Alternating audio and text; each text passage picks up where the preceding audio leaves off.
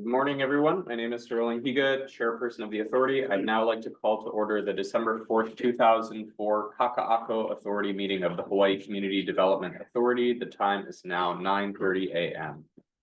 Thank you, Chair. In accordance with section 92-3.7, Hawaii revised statutes, the Hawaii Community Development Authority is holding today's at-large board meeting virtually on Zoom. Kakaako board meeting. The Zoom link details were included on the meeting agenda. Therefore, members of the public are welcome to join us on Zoom and also at our physical meeting site at the American Brewery Building, 547 Queen Street, second floor boardroom, Honolulu, Hawaii, 96813. The HCDA communication staff is hosting this meeting. Once this meeting begins, everyone will be muted for clear audio. Board members, if you have any comments or questions, please unmute yourself to speak. It is important that all individuals clearly state their name, pseudonym, or other identifier name each time prior to speaking. If you wish to provide oral testimony and you're attending virtually, please indicate so by clicking the raise hand button found on your Zoom screen. If you are attending in person, you'll be called on to the front of the room in the order that you signed up. All testimony will be limited to a maximum of 3 minutes. Your testimony must be related to an item on the agenda. Before you begin your testimony, we ask that you identify yourselves and spell your name for the record. When 1 minute is remaining, 1 minute remains will be called. When 30 seconds is remaining, 30 seconds remain will be called on. When time is elapsed, time will be called on, after which you will have 30 seconds to conclude your testimony, and then your audio will be turned on. If you are attending in person, the presiding officer will call the next testifier. Keep in mind that this is an opportunity to share your thoughts with us. If you ask questions during your testimony, neither the board nor the staff is required to provide an answer. If the authority's connection for the remote meeting is lost, the meeting will be recessed until the connection is restored. If the connection cannot be restored within 30 minutes, the meeting will be terminated and the authority will continue the meeting at another notice date. Thank you, Chair. HCDA board members, please remain visible and audible during the meeting. Also, please acknowledge you are present by either saying here or present. Let the record reflect that the following members are present. Vice Chair Ishii. Here. But Member Miranda Johnson. Here. Member Anderson is excused. Member Evans. Here. Thank you. Member Stripes. Here. Thank you. Member China. Here. Thank you. Member Sakota. Here. Thank you. For today's meeting, board members will have an opportunity to ask questions or provide comments after an agenda item has been presented. Individuals from the public who have requested to provide verbal public testimony on a specific agenda item are on standby and will be permitted to provide their testimony respectively. Moving now to agenda item number 2, approval of the minutes. These are the corrected regular meeting minutes of June 5th, 2024. Mr. Craig Nakamoto, Executive Director, will provide the details regarding a correction to the minutes. Thank you, Chair. Board members, the corrected minutes are contained in your packet. And let me provide some background for this. So obviously, minutes should accurately reflect the decision and actions that were taken at a board meeting. At the June 5th board meeting, when the board members took up the issue about the Howard Hughes master plan and termination of the expiration of the master plan, the action taken and the motion given, offered, and the action taken is reflected in the red line version of your minutes. What actually appeared in the minutes was the crossed out version that appears in the corrected minutes. Now, I apologize for this error. This is something that I should have caught and I didn't. And so I'd ask that the board members approve these corrected minutes, and then we can put the minutes in our records to reflect the meeting more accurately. Thank you, Chair. Thank you. Is there a motion to accept the corrected regular meeting minutes of June 5th, 2024? So moved. Moved by Vice Chair Ishii, seconded by Member Stripes. Members, is there any further discussion on the motion? If not, I will ask Craig to take a roll call vote. Thank you, Chair. On the motion made by Vice Chair Ishii and seconded by Member Stripes, Vice Chair Ishii. Yes. Member Stripes. Yes. Chair Higa. Yes. Member Johnson, Yes. Member Anderson. Member Evans, Yes. Member Chino, Yes. Member Sakota. Yes.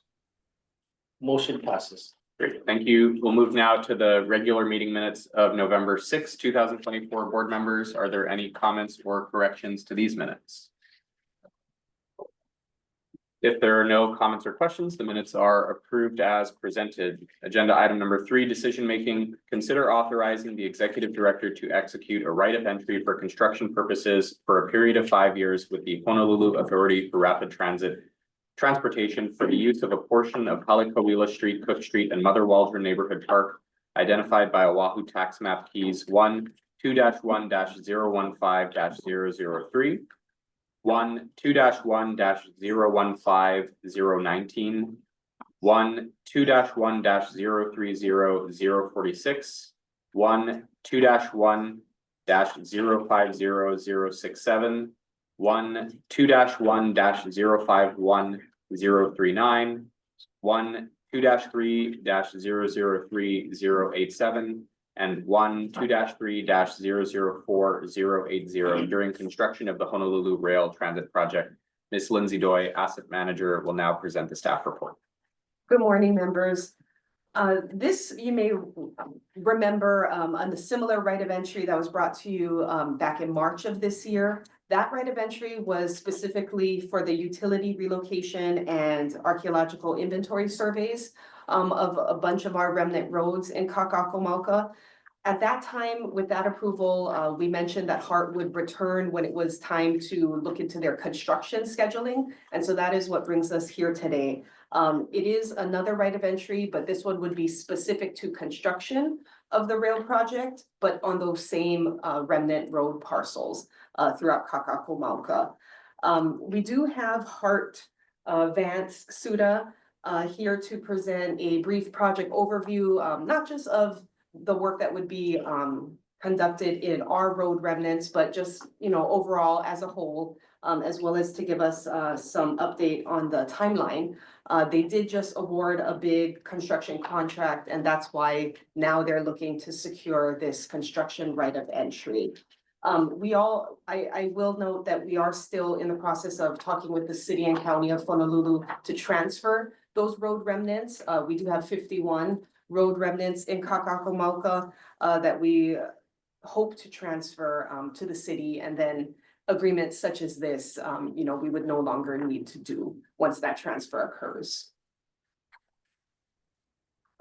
Go ahead. No, I don't know if you want to mention anything. Chair, if I may add to that. So thank you, Lindsay, for that. As many of some of the board members know, it's been a long-standing issue to transfer these 51 remnant parcels, some of which are very small, some of which are larger, to the city. It was the subject of a 2018-2019 city council resolution to authorize the mayor and the staff to accept transfer of the some Makai parcels, including the parks. The second part of it was to transfer some of these Malka parcels and subject to discussions and negotiations. So it wasn't just transferred, but it was subject to negotiation. So it's been a while. Our staff, who's no longer here, provided the maps and surveys and title reports to someone at DPP way back in 2018. Things apparently got stalled, never happened. But I think it's a directive of this board and prior Kakaako boards to effectuate this transfer of these remnant road parcels pursuant to this city council resolution. When the topic of the Hart construction right of entry came up, it was on my direction that I tied the two together, because as Lindsay pointed out, some of these parcels, these remnant road parcels, are gonna be part of the guideway right of way in the future. So having the city take these parcels will, take away the need to come in for easement and other kinds of negotiation. I also think, it is something that we're trying to implement the city council resolution, and I've pushed pretty hard on this. In the staff report, Lindsay notes that when we've had some initial email discussions with city folks on this, including folks at DFM and DLM and others, the DLM director, offered her firm commitment to get this done. In subsequent conversations, the commitment has become sort of less firm. And it's something that frankly concerns me, and I'm trying to speak frankly, and I say all of this with the idea that our relationship with the city and county, the administration, everyone has been great. We've worked hand in hand with them on several projects and look to do so in the future. So this in no way reflects, any sort of negative feelings of the city. It's what I feel is, carrying out this resolution. And so the commitment has been less firm, which kind of concerns me. And at the same time, as I think Mr. Tsuda and Mr. Stelmacher will come up and say that they need this hard right of entry by the end of the year. So I say that and put that in context, board members, because it's my desire to transfer these parcels, and we indicated this to Director Tashner, that we want to try to get this done like in Q2 of next year, if possible. And I really like to get a firmer commitment to this, to my point, by the end of this year, if I'm going to sign off on this, this right of entry. Thank you. Thank you, Chair. Thank you, Lindsay. Yeah, no, thank you. So we can bring up Bob Stelmacher and Van Suda from Hart. They're here with a short PowerPoint to give you that project overview. And then at the end, maybe we can have some questions. Good morning, board members, staff, Van Suda, Hart Project Director. Just a quick brief update on the project, and as Lindsay mentioned, specifically in the Kakaako area along Kalakawila, where the project will run through.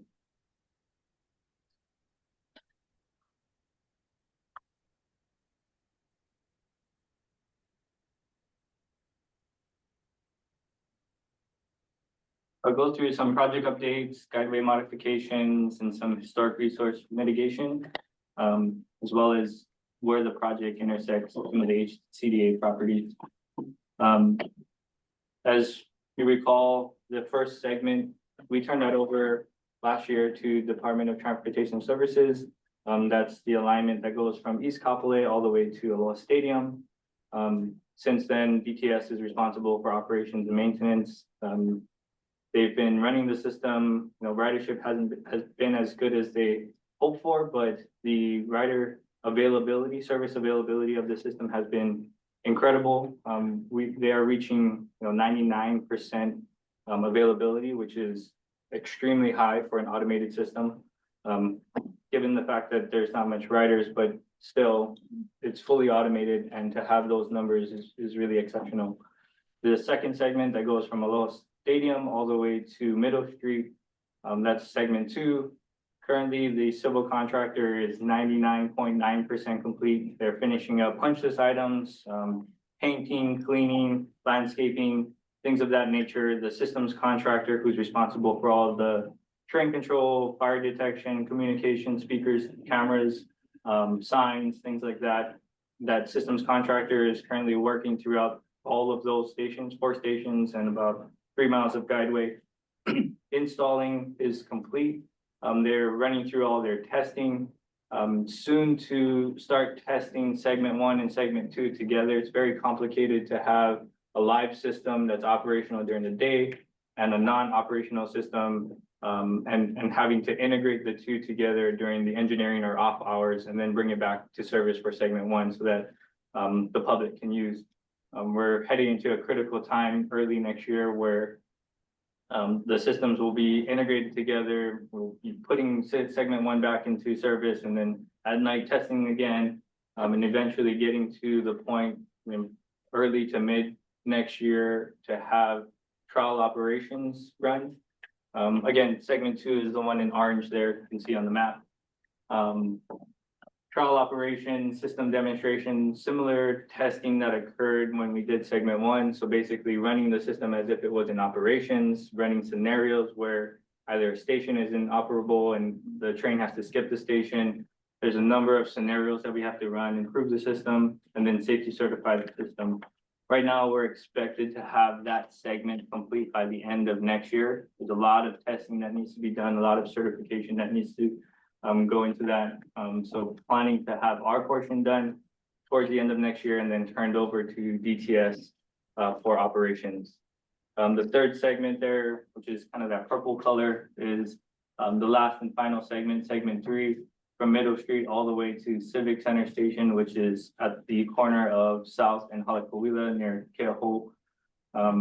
This is the area where we're focusing on some of the modification and changes to the alignment. So if you have driven through Dillingham downtown area, there's a lot of construction work that's occurring for our project. A lot of utility relocation. So basically what we're doing is we're moving utilities that are underground and overhead to underground and making way for the columns or where the columns will be located. And just want to note that these are, our best guess as to where the columns will be located based on our designs and experience from the west side. So, ideal column location, spacing, the size of the columns, all of that is where we're moving utilities. The CCGS contractor, which was recently awarded, they do have the ability to move columns around and make changes and modifications. They will be responsible for moving utilities or any property needs for that, but there is a possibility that they could move things. These columns aren't currently set in place and are permanently going to be there. So just want to caveat that the design is still going to be in process. So utility work for downtown, which is along Nimitz from the Eagle Eye area substation where HECO is right by Dillingham. That utility work all the way to Civic Center, that's scheduled to be complete in the first quarter of next year.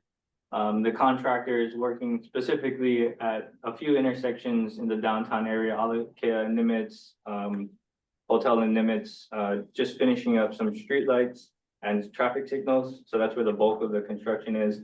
They do need to come through and they'll start repaving a lot of the areas along Nimitz, just to bring everything back to acceptable conditions so that the roadways can be used.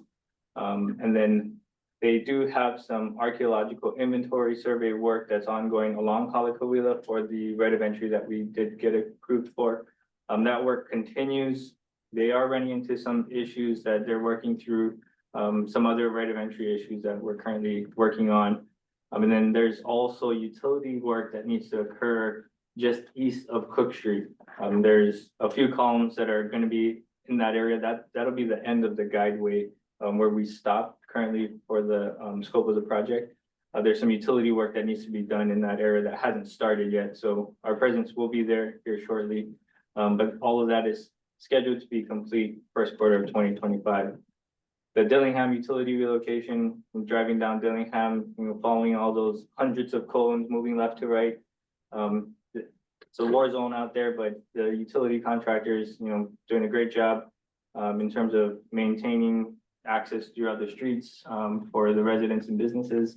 That utility relocation is scheduled to be complete first quarter of 2026. So what that current contractor is doing, as I mentioned, moving utilities from overhead to underground. They're putting all the infrastructure in for all the communications, cabling, water lines, sewer, everything else. we have another contractor that's following behind to do all the electrical work. So all those 138 kV, you know, those big cables that are overhead, they're actually gonna be the ones to take it down and run the new cables underground. Just a little tidbit, you know, kind of interesting fact, Kapalama Canal. You know, right now, we have 2 4-foot borings that go under the canal from one side of the street to the other side of the street. Coho and Coquel. Yes. So from one street to the other street, 4-foot tunnel, 2 4-foot tunnels that go under there that'll carry all the utilities that cross that canal. There'll be another one that's currently going in, hopefully done in the next couple of weeks, but some interesting, amazing work that's going on in that area. As mentioned earlier, CCGS, the contract was awarded to Tutor Perini for about $1.65 billion. Very large contract responsible for the remaining 3 miles and 6 stations from Middle Street to Civic Center. Right now in preliminary discussions, they haven't formally submitted their schedule yet, but we're looking at starting physical construction in the summer of 2025, and these will be the large drilled shafts for the columns. They're planning to start in the Evile substation area, which is at the corner of Kahi and Dillingham. And then they're gonna be moving east. They plan to move through Nimitz and then through Halakawila, hoping to be through Halakawila or on Halakawila about October timeframe of next year. Now that's for the columns, for the guideway. There's a lot of other work that needs to occur within Halakawila that the contractor needs to do. Whether it's, you know, along the street there or at the station area, you know, drilling test shafts, borings, things like that, that all needs to occur from now until the start in summer of 2025. So as I mentioned, you know, the project does cross over HCDA property. One to note, the downtown station is located where, if you can view in your mind, along Nimitz, there's Pacific Guardian Center and the Dillingham Transportation Building. There's that small little property that's in between. I think there's a trash can and some plants there currently. We're gonna fit part of the station in there. That'll be the Malka side of the station, and the Mackay side of the station will be next to the Hiko property in that corner there.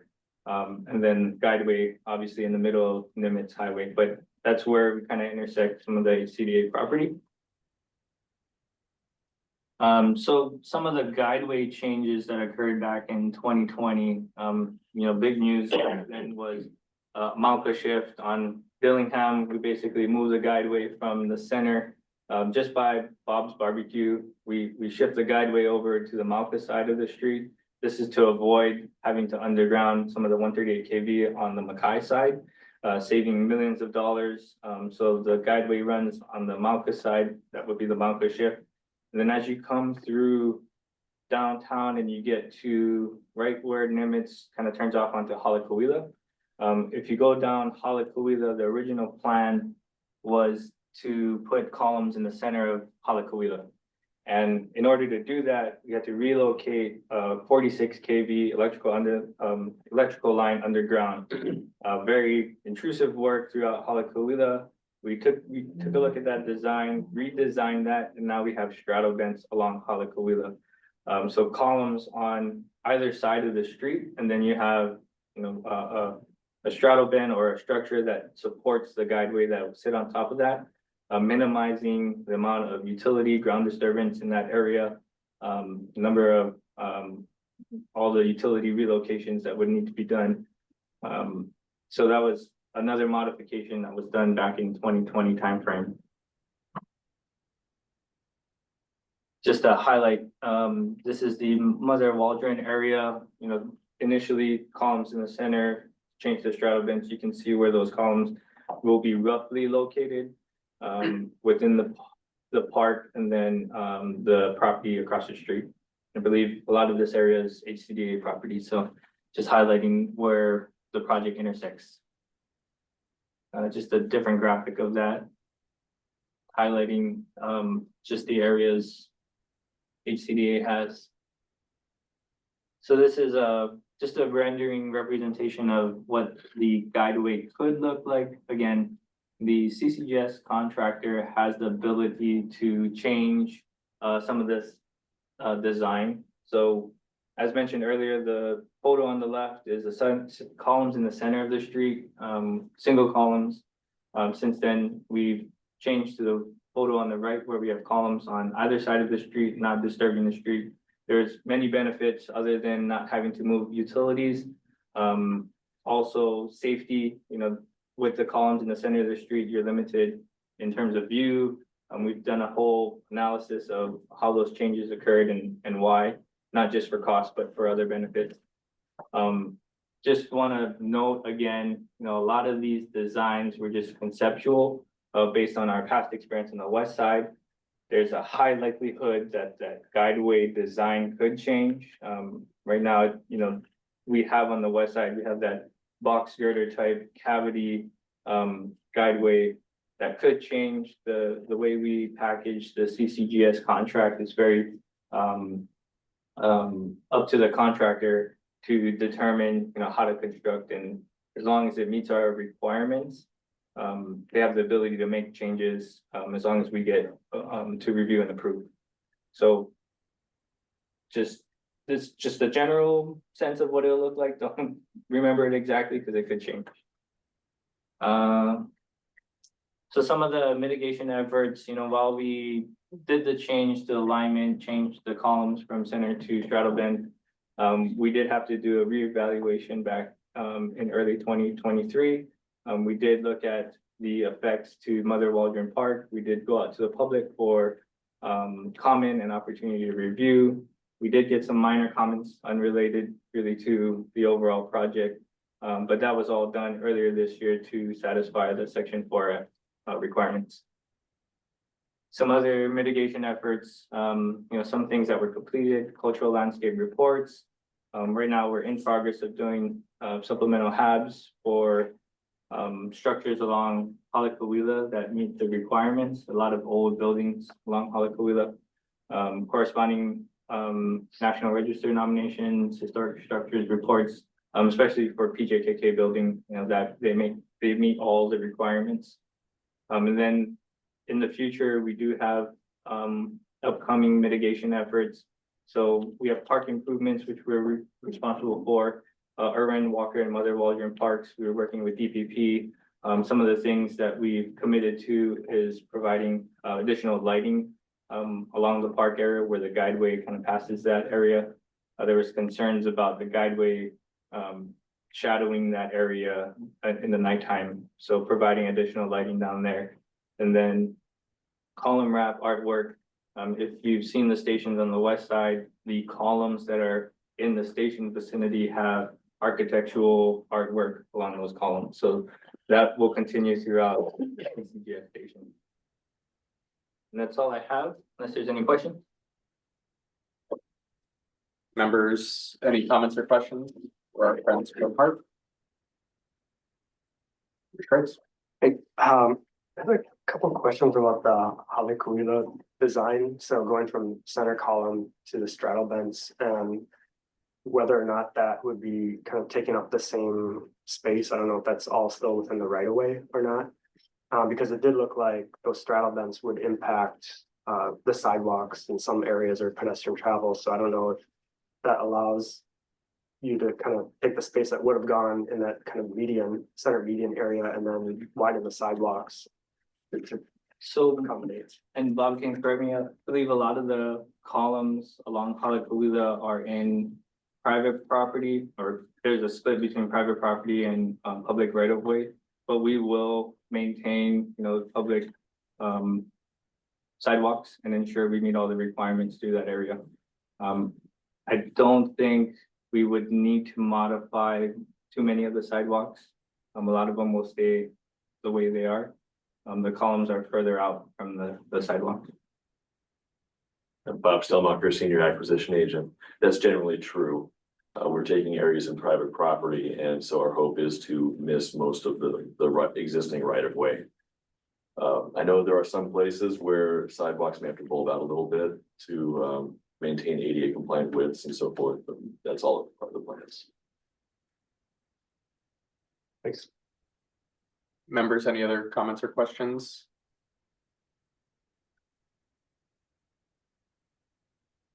I just have a comment. I hope that Mayor Blangiardi and Managing Director Formby and Department of Land Management Director Kat Tashner can help with the conveyance of these remnant parcels to the city, which I think they should be under city jurisdiction, and I hope that we can seamlessly effect this transfer while also making sure that our friends from Hart can get the right of entry that they need. So that signal out to all of those people. Seeing no member comments or questions, we'll move now to testimony. Do we have anyone registered to testify on this matter? Do we have any persons present or online who wish to provide testimony? Look now for a motion. Is there a motion for the board to authorize the executive director to execute a right of entry for a period of 5 years with the Honolulu Authority for Rapid Transportation for the use for construction purposes of a portion of Halekauila Street, Cook Street, and Mother Waldron Neighborhood Park, identified by Oahu tax map keys 1, 2-1-015-003, 1, 2-1-015-019, 1, 2-1-0300046, 1, 2-1-0500067, 1, 2-1-051-039, 1, 2-3-003-087, and 1, 2-3-004-080 during construction of the Honolulu Rail Transit Project in accordance with the terms and conditions described in the staff report, and authorize the executive director to undertake all tasks necessary to effectuate the purposes of this for action. Do I hear a motion? So Moved by member Streitz and a second. Seconded by member Evans. Thank you. Members, any further discussion on the motion? If not, I will ask Lindsay to take the roll call vote. Members on that motion that has been made and seconded, member Straits, yes. member Evans, Yes.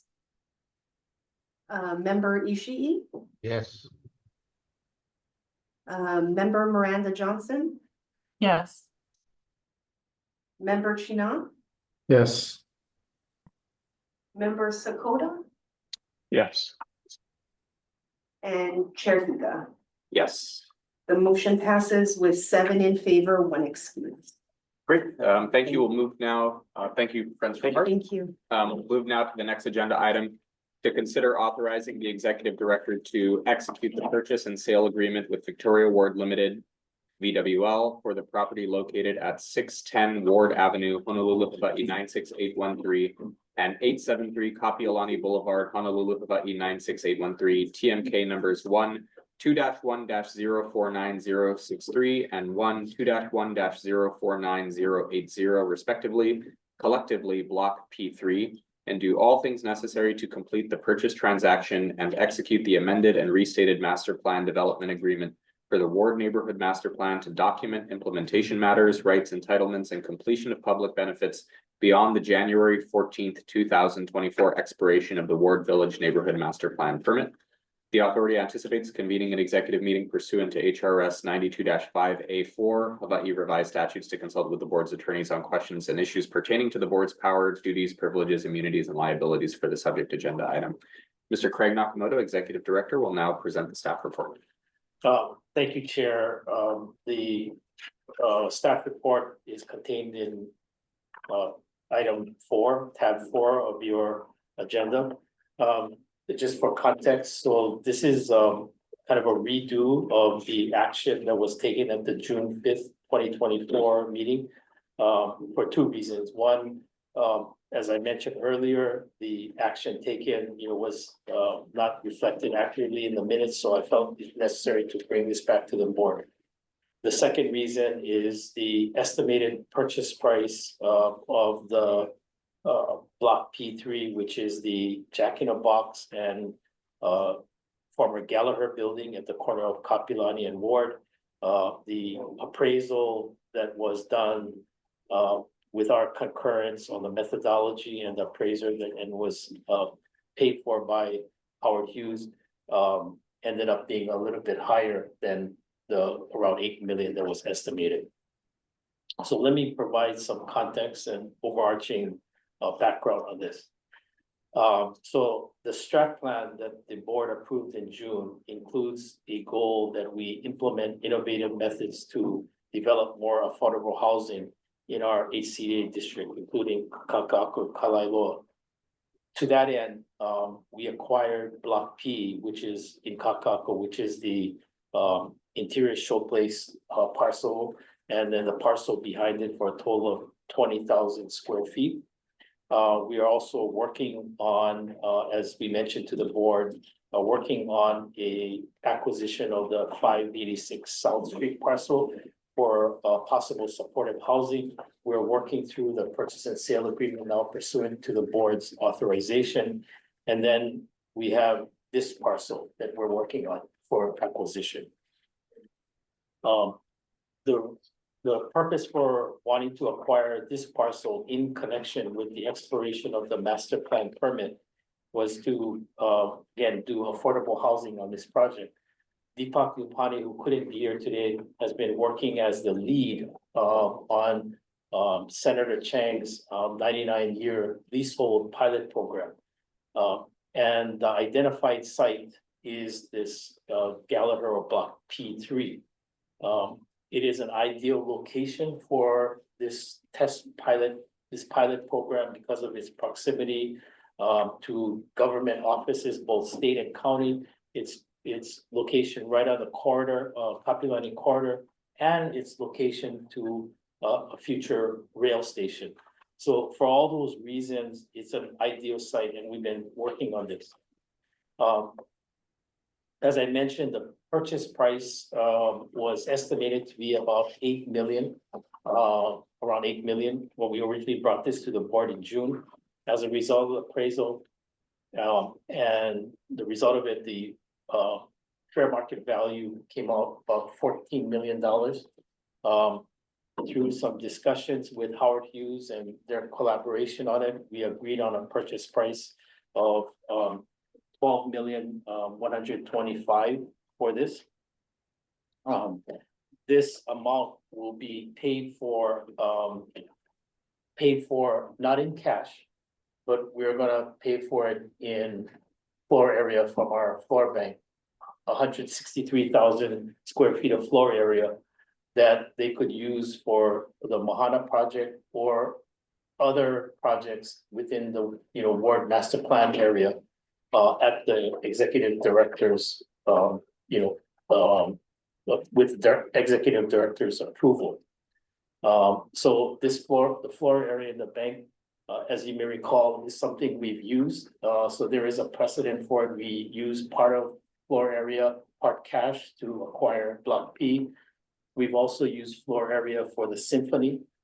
We've also used floor area from our bank for projects in the past. Just a kind of a reminder, the floor area in the bank is on paper.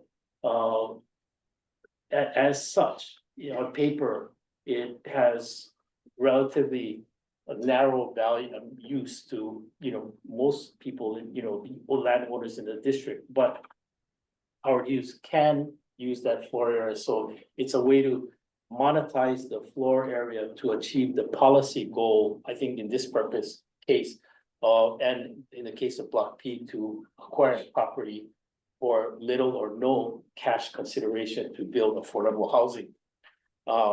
So I'm proposing that we use that the floor area to acquire this property. Also, as a result of the discussions that have taken place with Howard Hughes over the course of the last maybe 5 or 6 months or so, we've come up with a almost final draft of an amended and restated development agreement.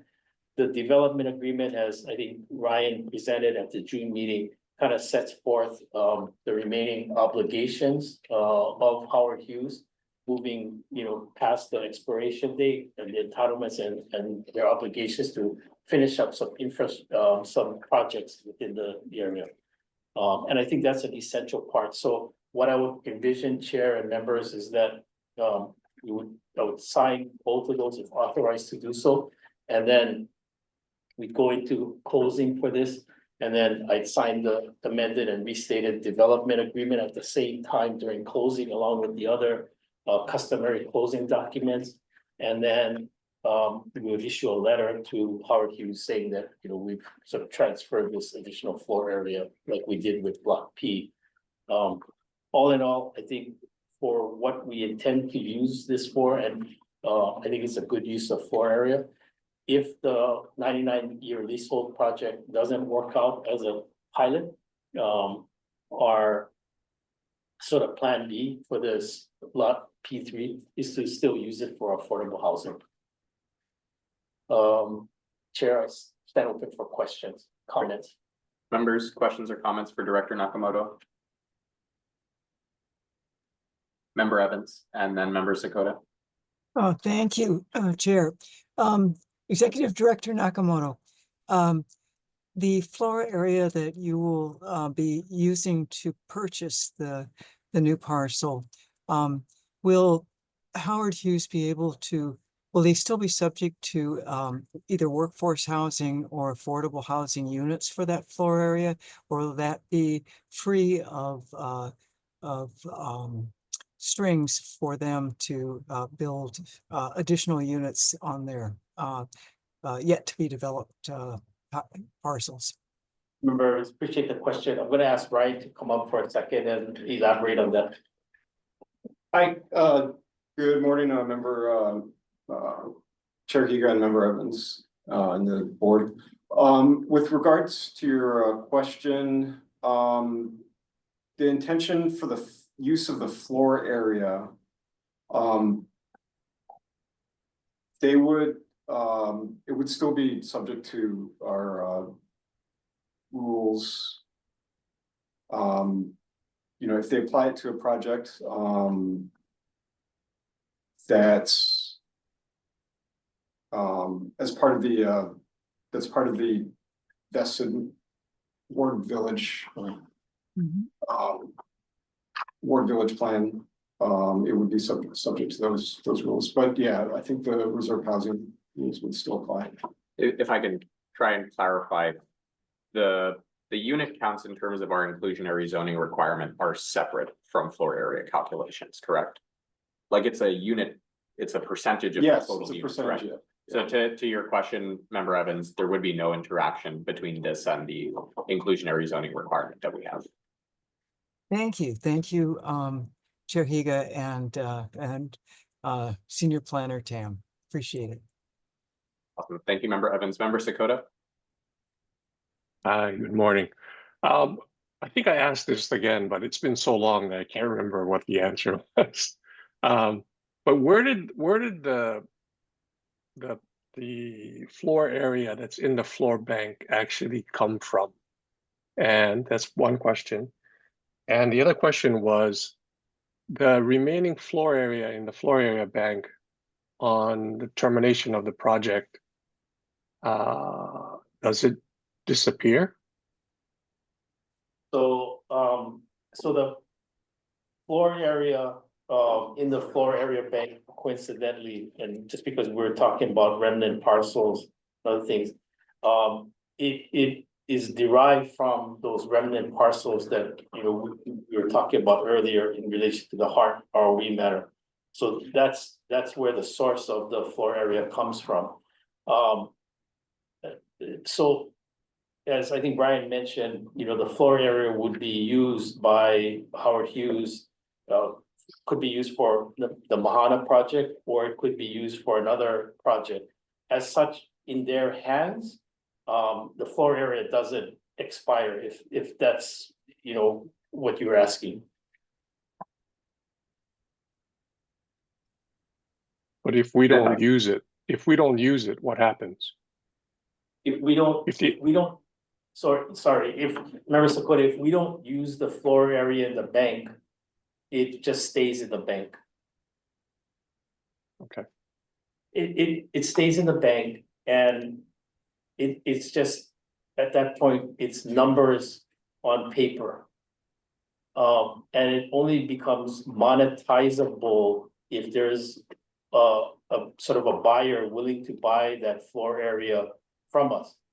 And in this case, we're able to monetize it like currency to buy a parcel that we can use for affordable housing. Another question I had was, I remember reading something about a CPI adjustment to the value of the square footage. Yeah. Is and that- Go ahead. No, I mean, I'm just wondering, in the documents for today, it just says $75 a square foot, but it doesn't include the CPI adjustment. So I'm not sure if the CPI adjustment is included or et cetera with the purchase value.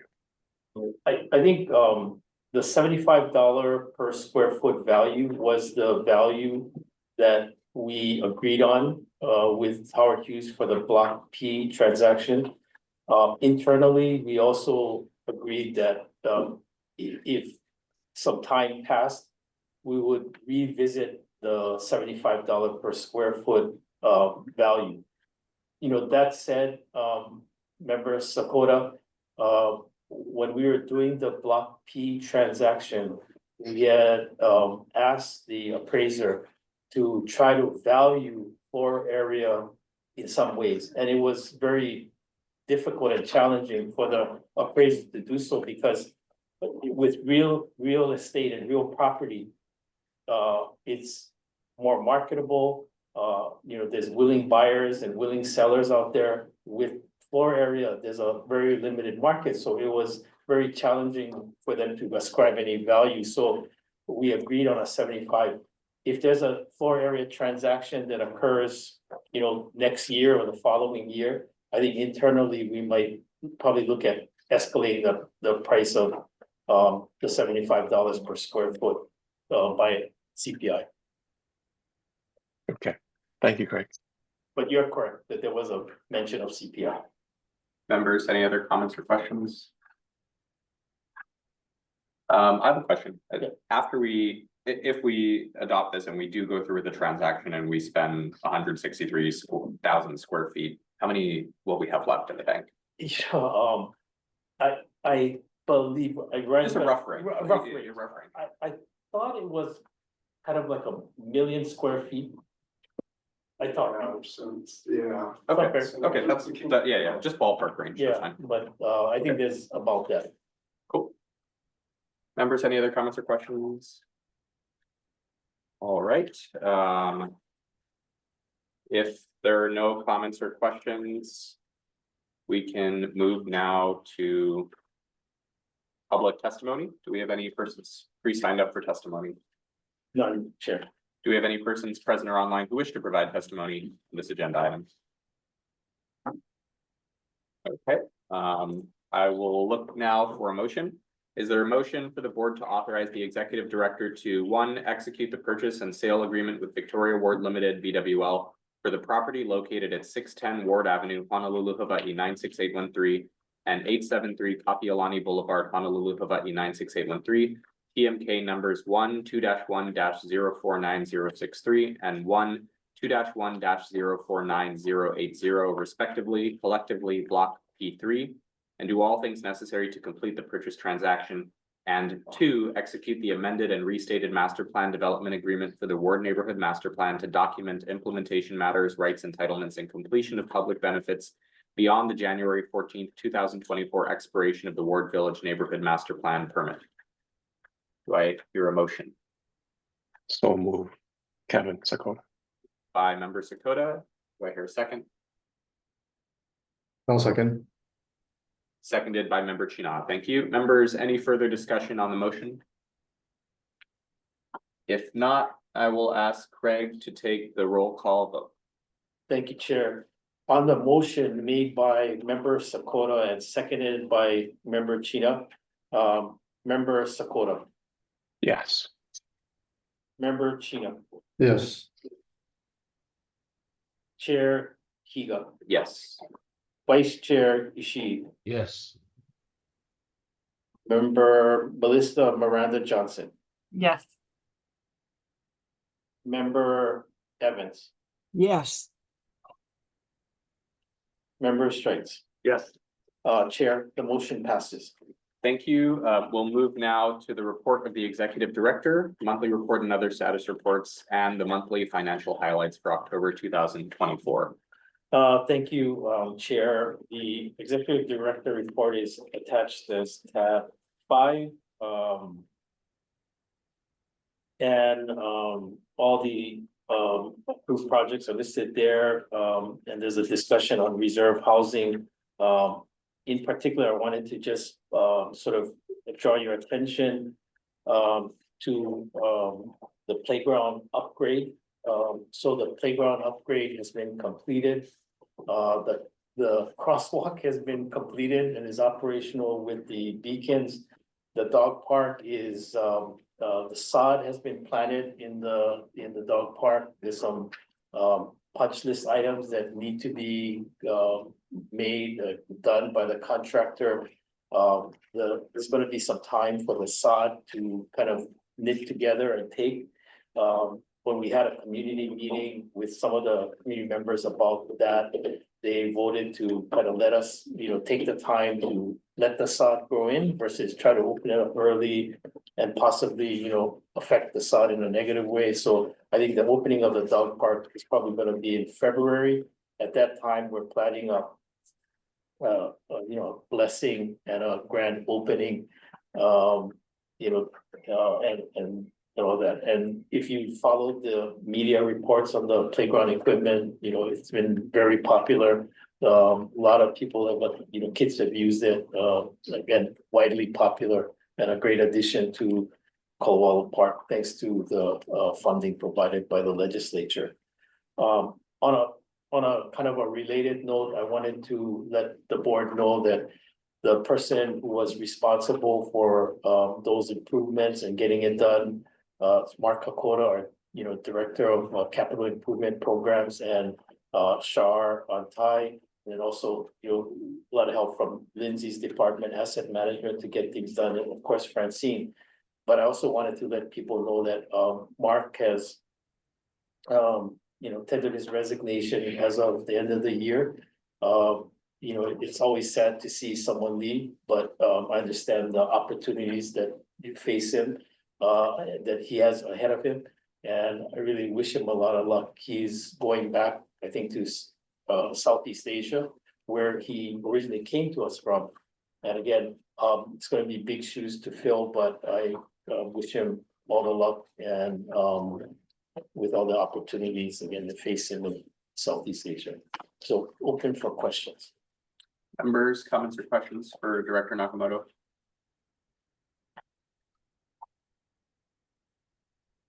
I'll just offer brief comments. Congratulations to the staff on the opening of the park. It is truly wonderful. My daughter loves it, and we saw dozens and dozens of children playing every time that we went to see it in the last couple of weeks. So great work. I think it's the best playground in the state. So Imua. Thank you, Chair. All right. Seeing no one else with comments or questions, do we have any public testimony? Persons pre-signed up for testimony? Persons present or online who wish to provide testimony? Okay, well, we'll move now to adjourn the meeting. Thank you for those who joined us on Zoom or in person. That concludes our business for today. The meeting is adjourned and the time is now 10:23 a.m. We will reconvene at 10:30 a.m. for the at-large authority meeting after a brief bathroom break.